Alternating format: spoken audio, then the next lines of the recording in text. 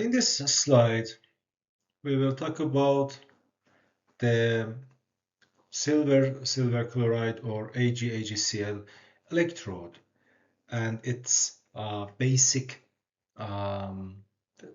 structure. We use a simple schematic for describing the structure inside these types of electrodes. And first of all, we start from the reasons of using some material inside this electrode. We use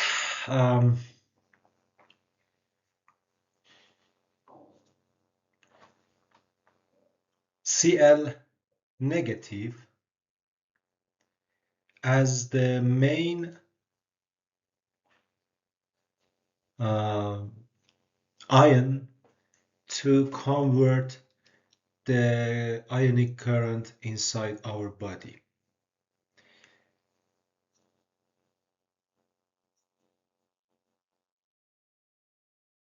The reason of using this ion is the majority of this ion inside our body, and also biocompatibility of using this type of ion. Also, the advantage of AgAgCl is that it is stable in liquid that has a large quantity of Cl negatives, such as the biological fluid. We use an electrolyte full of Cl ion. And as you can see, inside this liquid electrolyte, we float an Ag metal with a coating of AgCl surface. AgCl is a deposit on the Ag metal, and this deposit helps us to convert easily the current in two directions, from the metal to electrolyte, or from the electrolyte to metal. Okay, based on Ernest's equation, we have this equation, and based on the solubility product, which is a constant value, we can find Ag plus, and insert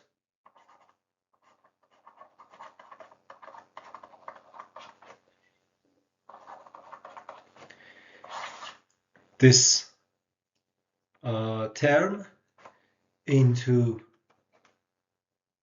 this part, and now we have this equation. As you can see,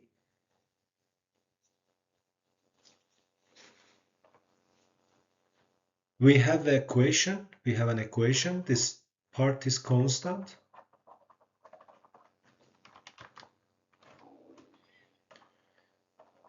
This part is constant.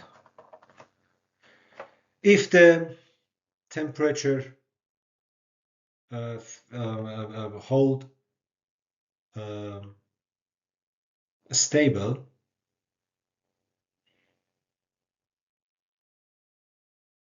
if we hold the temperature stable, R is constant, N constant, F constant, Ks is constant also, and the only effective part of this equation is the activity of chlor ion.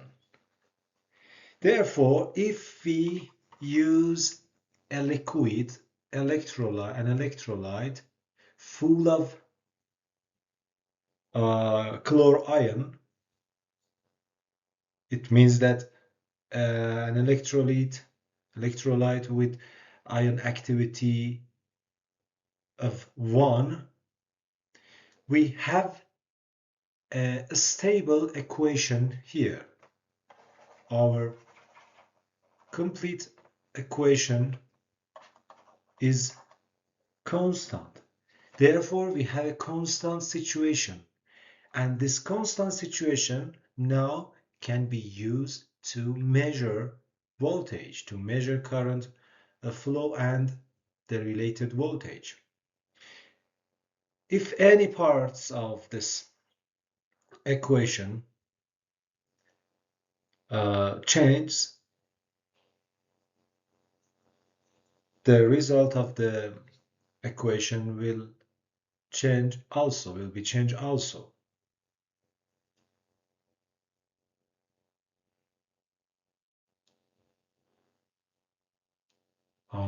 Therefore, we should fix all parts, all elements, our parameters inside this equation.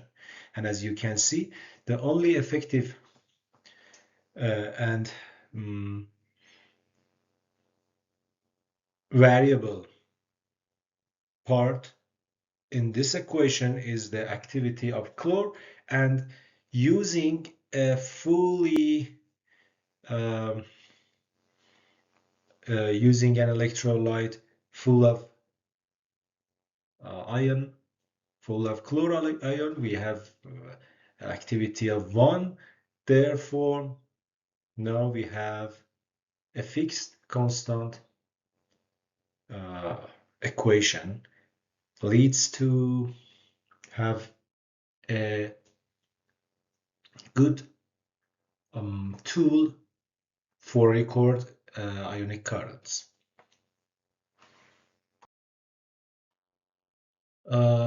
AgAgCl electrodes have some advantages, but two important advantages of this type of electrodes is low noise and also stable recording ability of this electrode versus also metal electrodes, and biocompatibility of this type of electrode.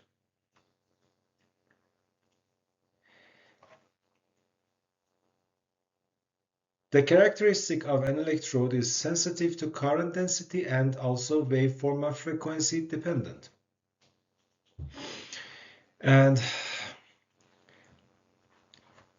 before any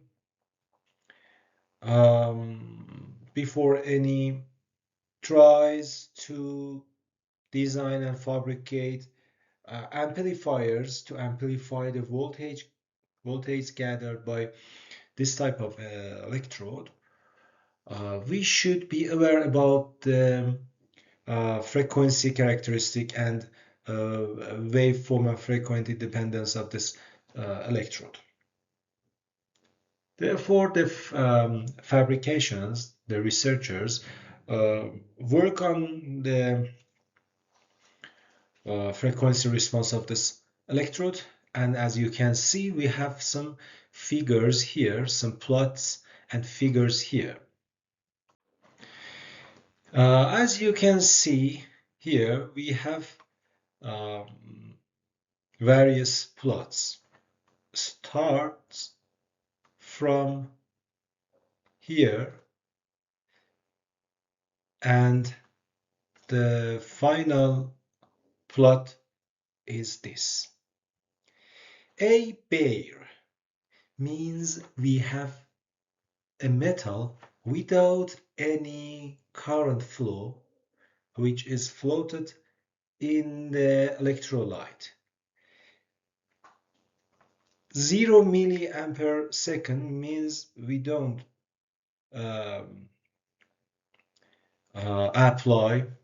we did not apply any current on this system. We have only a metal floated in the related electrolyte, and we have not applied any current yet. 2.5 milliampere seconds means we apply a current, a small current. 2.5 milliampere seconds, 7.5, 12.5, 35, 125 to 425. As you can see, before applying any current, we have a specific frequency response of our electrode. And with a small current flow, the response has been changed. Continuing applying the current will be reduce this response. We have a specific frequency response at the low frequency, as you can see, low frequencies. It means that we have a specific behavior here, which element have this, which element has this behavior.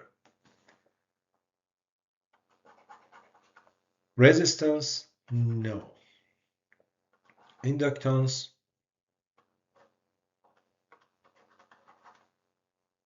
JL omega, no. But capacitance. The impedance of a capacitance is this, and the impedance of a capacitance at low frequency is high, and if the omega increase, the impedance will decrease.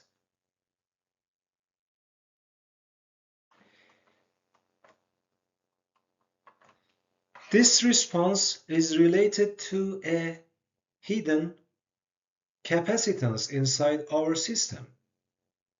As you can see, at low frequency, the impedance is high, and at high frequencies, the impedance is low. Exactly like a capacitance.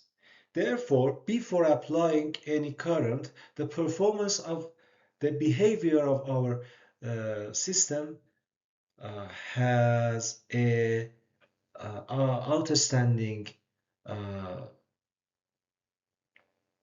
behavior like capacitance.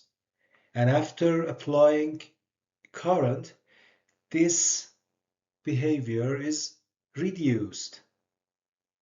And as you can see, let me clean the plots. As you can see, by increasing the applied current, the large impact of that current is decreased. And after a specific point, for example, this 35 milliampere second, only the DC, only the DC value of the impedance is increased. We have a impedance here, and after a specific point, the value is increased. It means that we have also a resistance here, and applying more currents leads to increasing this resistance.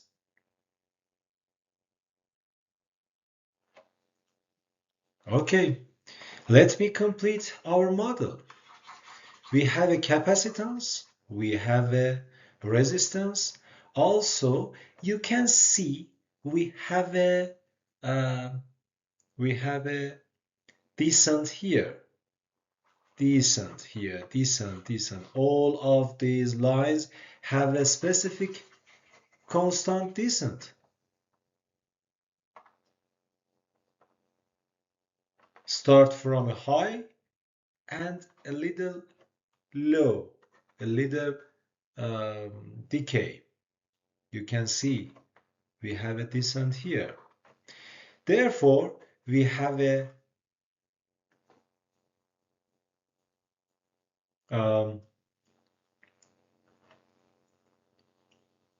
impedance related to the electrolyte,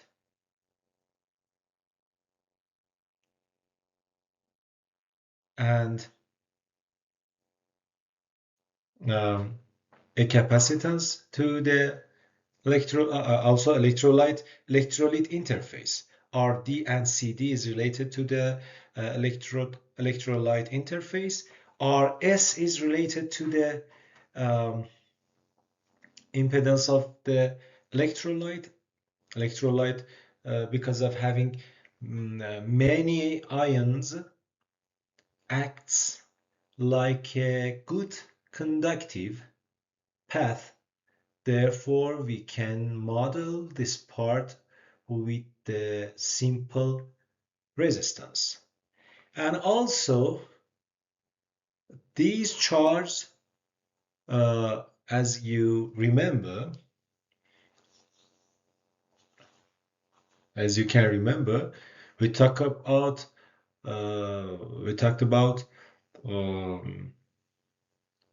half cell potential, and this half cell potential should be inserted into this model, and this is the half cell potential model. Also, you can find